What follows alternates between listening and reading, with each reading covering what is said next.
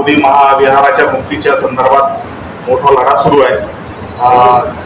त्या महाबोधी विहाराचा जो कायदा आहे तो कायदा रद्द करण्यात यावा, त्यातील इतर धर्माचे जे लोक आहेत त्यांना त्यातून बाहेर काढावं आणि पूर्ण महाबोधी विहार बौद्धांच्या ताब्यात द्यावा, संघाच्या ताब्यात द्यावा, बंतेजींच्या ताब्यात द्यावा अशी मागणी गेल्या अनेक वर्षांपासून सुरू आहे। तो एक लढा मोठ्या प्रमाणात सुरू आहे। त्या लढ्यामध्ये मोठी भूमिका आपले विश्वदानंद बोधी हे बजावत आहेत। त्या लढ्याच्या संदर्भात थोडंसं बंतेजी मार्गदर्शन करतील। प्रिय जन हो, बुद्ध गया हे महाविहार राजा सम्राट अशोकाने बांधलेलं आहे। हे सत्य जगातील प्रत्येक माणसाला माहीत आहे। सम्राट अशोकाने त्या जागेवर येऊन सिद्धार्थ गौतमाला बुद्धत्व प्राप्त झालं ती हीच जागा आहे असा एक मोठा पिलर त्या ठिकाणी गाडलेला आहे। त्यानंतर त्या बोधवृक्षाखाली वज्रासन ठेवलेलं आहे। ज्या वज्रासनावर सिद्धार्थ बसून बुद्ध झाले त्याला साक्ष आजही बोधवृक्ष म्हणजे पिंपळाचं झाड, त्याला बोधवृक्ष संबोधले जाते। त्यानंतर सम्राट अशोकाने तिथं मोठं भव्य विहार बनवलं।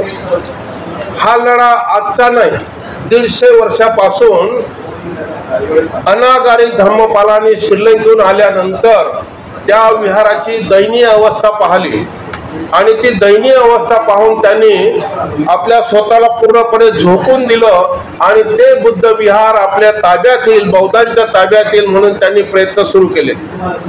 त्यावेळेचे पंतप्रधान जवाहरलाल नेहरू साहेब यांच्यापर्यंत त्यांनी अर्ज फाटे केले।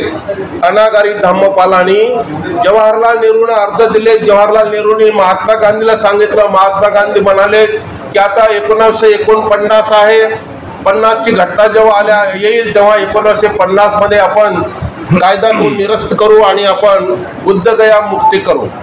तर बुद्धगया मुक्ती होण्यासाठी त्यांनी काल ढकल केली, पुढे ढकललं आणि तेव्हापासून बुद्धगया ऍक्ट जो आहे BTMC 1949, तर हा ऍक्ट त्यांनी लागू ठेवलेला आहे। खरं तर 1949 मध्ये हा ऍक्ट संपलेला आहे कायद्यानुसार।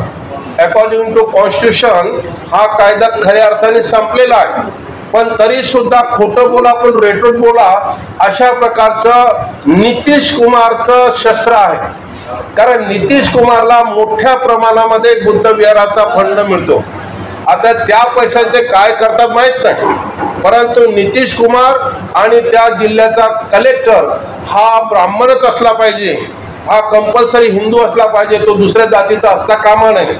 तर हे सर्व मुख्यमंत्र्यावर डिपेंड राहते आणि त्यांनी जे म्हटलेलं आहे की कॉन्स्टिट्यूशन मध्ये की 4 बौद्ध आणि 4 महंत घेतलेले आहेत, परंतु त्या 4 बौद्ध जे घेतलेले आहेत ते अशा प्रकारचे आहेत की ते महादलित म्हणून गावाच्या बाहेर राहतात।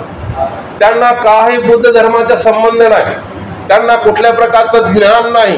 त्यांना सयाजीराव म्हणून बोलवतात, अंगठे टेकून घेतात आणि त्यांना जाऊ देतात। तर म्हणण्यासारखे 4 बौद्ध त्यामध्ये नाही आहेत आणि परिपूर्ण शासन हे सर्व महंताचं आहे। महंत म्हणतील ते पूर्व दिशा, त्यानंतर कलेक्टरचा अधिकार आणि त्या सगळ्यांवर कमावट आहे तिथल्या मुख्यमंत्री जे म्हणेल ते पूर्व दिशा। आणि म्हणून आजच्या तारखेला कमीत कमी 10 खासदार आमदारांनी सदनमध्ये जाहीर केलं की हे बुद्ध विहार बौद्धांचं आहे, बौद्धाला भेटलं पाहिजे। काही आमचे खासदार आमदार पटण्याला जाऊन मुख्यमंत्र्याला निवेदन दिले तर तो मुख्यमंत्री मूग गिळून बसलेला आहे। काय कारण आहे? कारण दर वर्षाला काही लाखोचा फंड तिथं मिळतो।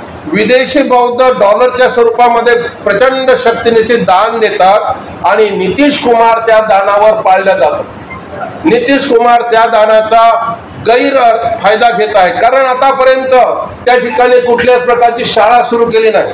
इतक्या वर्षामध्ये एवढ्या फंडामधून कधी दवाखाना सुरू केला नाही। तिथं कुठल्या बौद्ध भिक्षूला 2 रूम बांधून बौद्ध भिक्षूंची राहण्याची व्यवस्था केली नाही। कधी काळी बौद्ध भिक्षूला तिथं भोजन मिळत नाही, मग एवढा मोठा फंड जातो कुठं? हा सगळा पैसा नितीश कुमारच्या दशात जातो. आणि म्हणून नितीश कुमार परिपूर्णरित्या मौन धारण बसलेले आहेत, एकदम मौन मध्ये. एवढ्या सगळ्या लोकांनी सदनमध्ये आवाज उठवले, परंतु त्यांनी एक शब्द काढला नाही. आमचे मोदी साहेब आणि नितीश कुमार हे मौन धारण केलेलं आहे. आमचे मोदी साहेब श्रीलंकेत जातात, I am coming from Buddha land म्हणतात, आणि त्या ठिकाणी कबूल देत नाही की मी बुद्धाचं विहार हे बौद्धांच्या ताब्यात देत नाही, हे सांगत नाही. श्रीलंकेमध्ये त्यांना प्रश्न विचारतात की तुम्ही बौद्धांचं विहार तुमच्या महंताच्या ताब्यात कसं काय?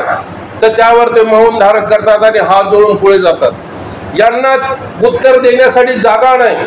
विदेशी संपूर्ण जेवढे काही विदेशाचे लोक आपल्याकडे राजदूत म्हणून आलेले आहेत, त्या सगळ्या राजदूतांमध्ये चर्चा झालेली आहे.